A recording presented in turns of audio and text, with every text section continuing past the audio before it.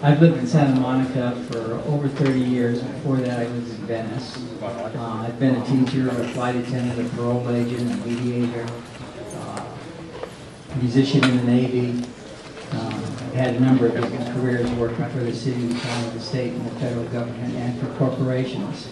That gives me a wide perspective that I've added to with my travels around the world, and I've seen and lived in a lot of different places. But my home has always been Santa Monica. That's where I come from, and that's where I come back to. I was born in Oregon, and I grew up on Army bases. So I have a unique perspective, I think, as a maverick and as a radical. You can see from all my buttons that I've got a long history of getting with SDS and marching with Martin Luther King, but I'm running out of time. Thanks. So, thank you, Kevin. Thank you to the Daily Press, the neighborhood organizations. It's an honor to be in the Martin Luther King Auditorium here. Hope everyone can come back next week for the Mirrors Candidate Forum also.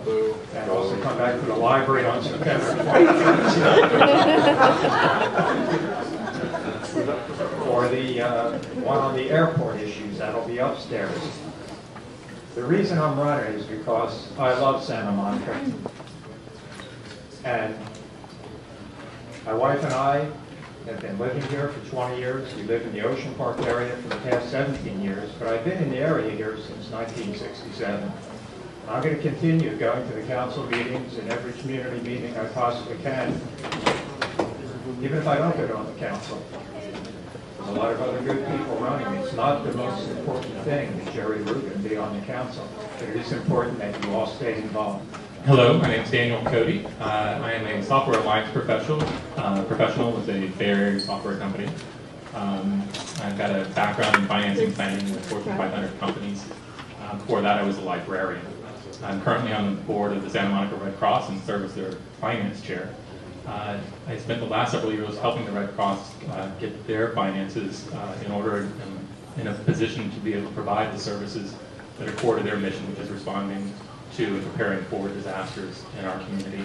And that's actually why I'm running for City Council, because I want to help do the same thing to the City of Santa Monica. And we can talk about the specific issues around that, but I think one of the biggest issues we have before us, and the reason we had several forums before we got to this panel tonight, is Measure Y. I'm sure we want to point of questions about that. Yeah. My name is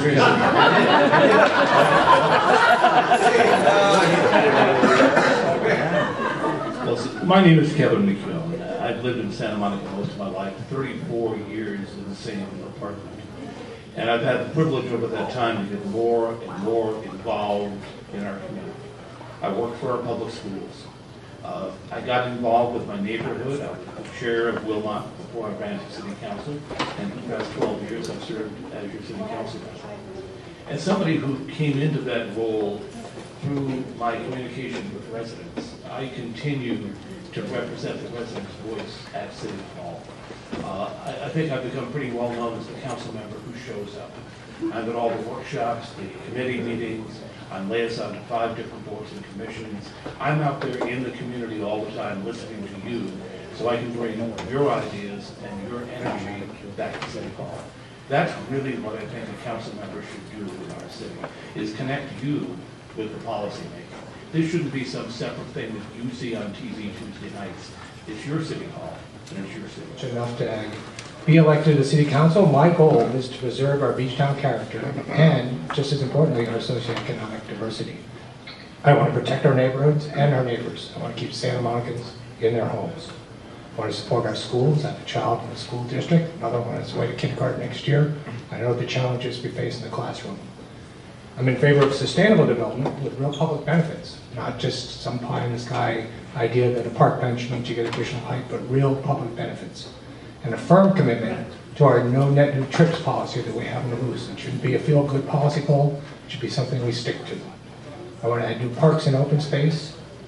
I have a long list of things I want to accomplish. They're all on my website. I encourage you to visit. But most of all, I want to be the person who listens to the residents, to be their voice, to respond to their concerns, and to act in their best interests. Thank you. My name is Bob Holbrook. Thank you very much for inviting us tonight. Thank you for the sponsors. My background is I was born and raised in Ocean Park in Santa Monica. I've lived here since I was born. I'm 68 years old.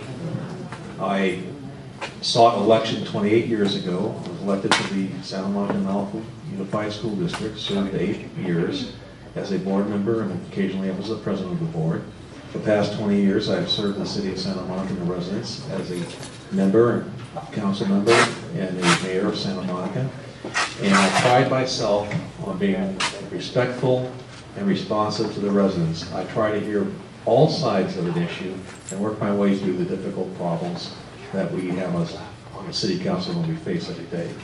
I'd like to say that I think the two largest issues that we have faced over the next 4 years are what will become of Santa Monica Airport when the lease expires with the Federal Administration in 2015, and the coming of light rail in Santa Monica. I'd like to represent you and work on those problems with you. Thank you. Thank you. Hello everyone, I'm Jean McNeil Weiner, and I have worked in the community of Santa Monica for the last 25 years. I've been a resident here for 1.5 years. I have served on many nonprofit board of directors during the last 15 years. I decided that I thought we needed to shake up the council a little, where we don't have just one party governing. It's important, I think, to have a say and for all of us to share information and come to a sensible conclusion in front of the public, not in a backroom manner of dealing. I'm particularly interested in the budget and traffic. I don't know which is more important. I think both of them are very important to me. And I would like... My name is Terrence Lader, and I'm a lifelong resident, much like Bob Holbrook, and I think the only other lifelong resident here that's running for a 4-year seat. And I'm a product of the Santa Monica school system.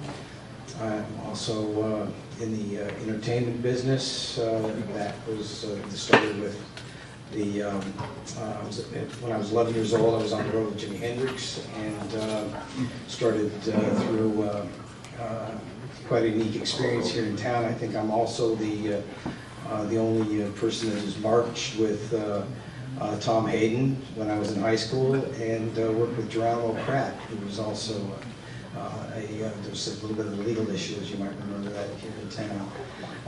But as far as why I'm running today, is because I want to see this town move forward. My campaign motto is vote now for later. So please look at my website at votenowforlater.com and find out more about me as we move along here. Thank you. Hi, my name is Linda Armstrong. I'm running on a Women and Children First mission statement.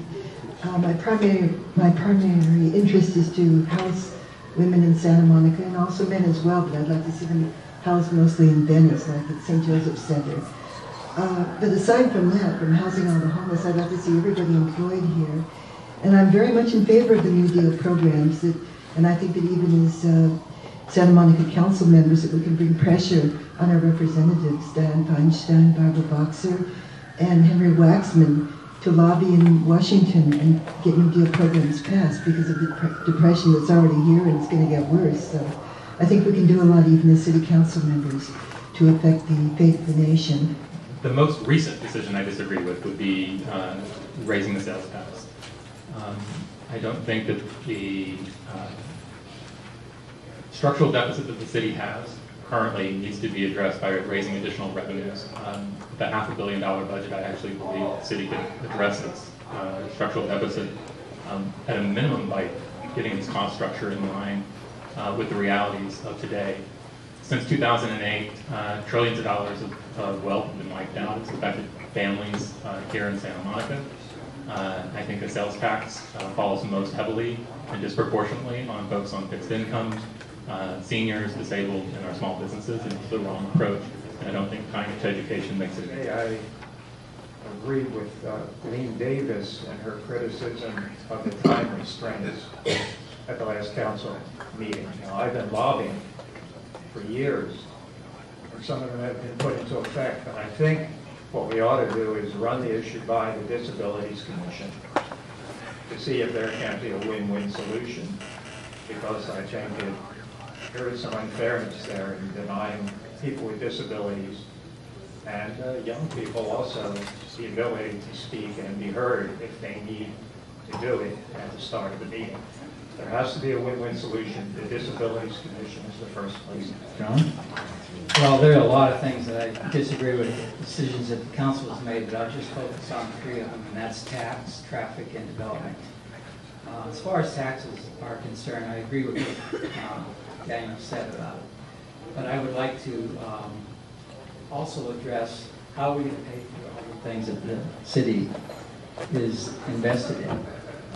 And I think the way to do that is to streamline the budget. I would like to put the budget online in a way that it could be searched in a public forum where you can have the community, the residents decide how they want to distribute this enormous revenue that we have in the city. Traffic, one thing I had suggested is to have free buses. Another problem with, in this city is we have this idea of smart growth. I'm in favor of no growth. And any taxes that we have for helping school kids and for the disabled and for seniors. Now is not a time to cut taxes. We're in the middle of getting into the middle of a depression, and we need all the help we can get. I disagree with the anti-smoking ban. I mean, it seems that smoking is legal. Why are they going after smokers? It seems that it's trivial. I mean, why not concentrate on the real problems of homelessness and unemployment? I would say that these concentrating on smoking, banning smoking, is just an example of creeping fascism. Yes, thanks. I think that the one I have that is the biggest issue is when the Santa Monica Community Corp got the blank check from the city without public input. I think that it's very important to have affordable housing, and I think affordable housing also that serves the residents of Santa Monica as well as the folks from the outer community. But as far as them being able to go to the city council, the Santa Monica Community Corp can ask for up to, I believe, it's $14 million for a project that without any CUP, without any public input, I disagree with that. Thank you. Measure Y, I disagree with. I think that the city is wealthy enough to manage to pay for our school system, a great system that we have, and I think that we could do it, and we should do it. No more taxes. I think this city has been taxed enough. We have people that are on low income, they just don't have the money to keep paying taxes. It really, really bothers me. I think that small businesses, it's going to affect them.